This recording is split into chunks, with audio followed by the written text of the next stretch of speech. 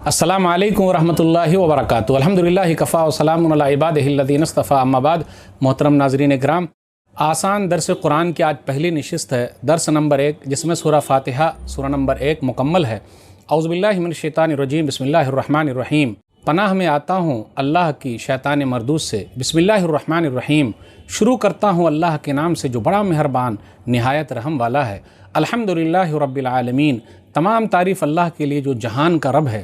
अर्रहमानिर रहीम, बड़ा मेहरबान निहायत रहम वाला है। मालिक यौमिद्दीन, बदले के दिन का मालिक है।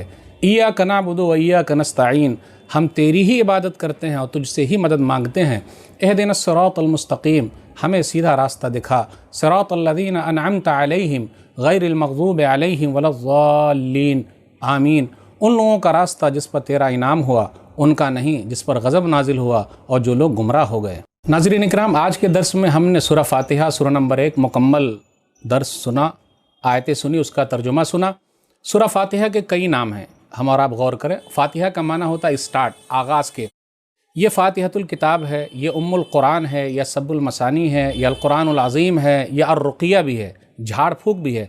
और सूरह फ़ातिहा को अस्सला भी कहा जाता है। एक हदीस के अंदर आया, सही मुस्लिम किताबुस्सलाह हदीस नंबर 395, नबी सल्लल्लाहु अलैहि वसल्लम ने इरशाद फरमाया, अबू हुरैरा रज़ियल्लाहु ताला अन्हु कहते हैं, मन सल्ला सलातन लम यक़रा फ़ीहा बिउम्मिल कुरान फ़हिया ख़िदाजुन, जिसने कोई भी नमाज़ पढ़ी और उसमें कुरान की माँ यानी सूरह फ़ातिहा को नहीं पढ़ा तो उसकी नमाज नाक़िस है, नाक़िस है, नाक़िस है। ये नबी सल्लल्लाहु अलैहि वसल्लम ने बयान फरमाया। अबू हुरैरा रज़ियल्लाहु ताला अन्हु से कहा गया कि इमाम के पीछे हम होते हैं तो क्या करें? इन्ना नकूनु वराअल इमाम, तो कहा इक़रा बिहा फ़ी नफ़्सिक, इसको जी में पढ़ लो। तो अल्हम्दुलिल्लाह हम और आप हर नमाज की हर रकत में पढ़ते हैं। आप गौर करते हुए चले, अल्हम्दुलिल्लाहि रब्बिल आलमीन, अल्लाह ज़ाती नाम है अल्लाह का, और जहान का रब है। रब अल्लाह का सिफ़ाती नाम है, और जहान यानी इंसानों की दुनिया, जिन्नातों की दुनिया, शैतानों की दुनिया, फिर इसी तरह फ़रिश्तों की दुनिया, जानवरों की दुनिया, पूरी दुनिया में जितने लोगों की दुनिया है, आलम है, अल्लाह हर एक को उसके हिसाब से दे रहे हैं, उसका इंतज़ाम कर रहे हैं। अब देखिए, चूंटी को क्या चीज़ की ज़रूरत है, अल्लाह ताला खिलाते पिलाते हैं। जानवरों को अल्लाह खिला रहे हैं, पिला रहे हैं, तो ये जहान का रब है। फिर उसके बाद कहा अर्रहमानिर रहीम, निहायत ही रहम करने वाला मेहरबान है। मालिक यौमिद्दीन, अल्लाह बदले के दिन का मालिक है। अब गौर कीजिए, दुनिया में बहुत सारे केसेस ऐसे हैं जिन पर पूरा इंसाफ हमें और आपको नहीं मिलता। अल्लाह की आखिरी अदालत बाकी है, इसलिए हमें और आपको अल्लाह पर भरोसा करना है। लिमनिल मुल्कुल यौम लिल्लाहिल वाहिदिल क़हार, सूरह मोमिन सूरह नंबर 40 आयत नंबर 16।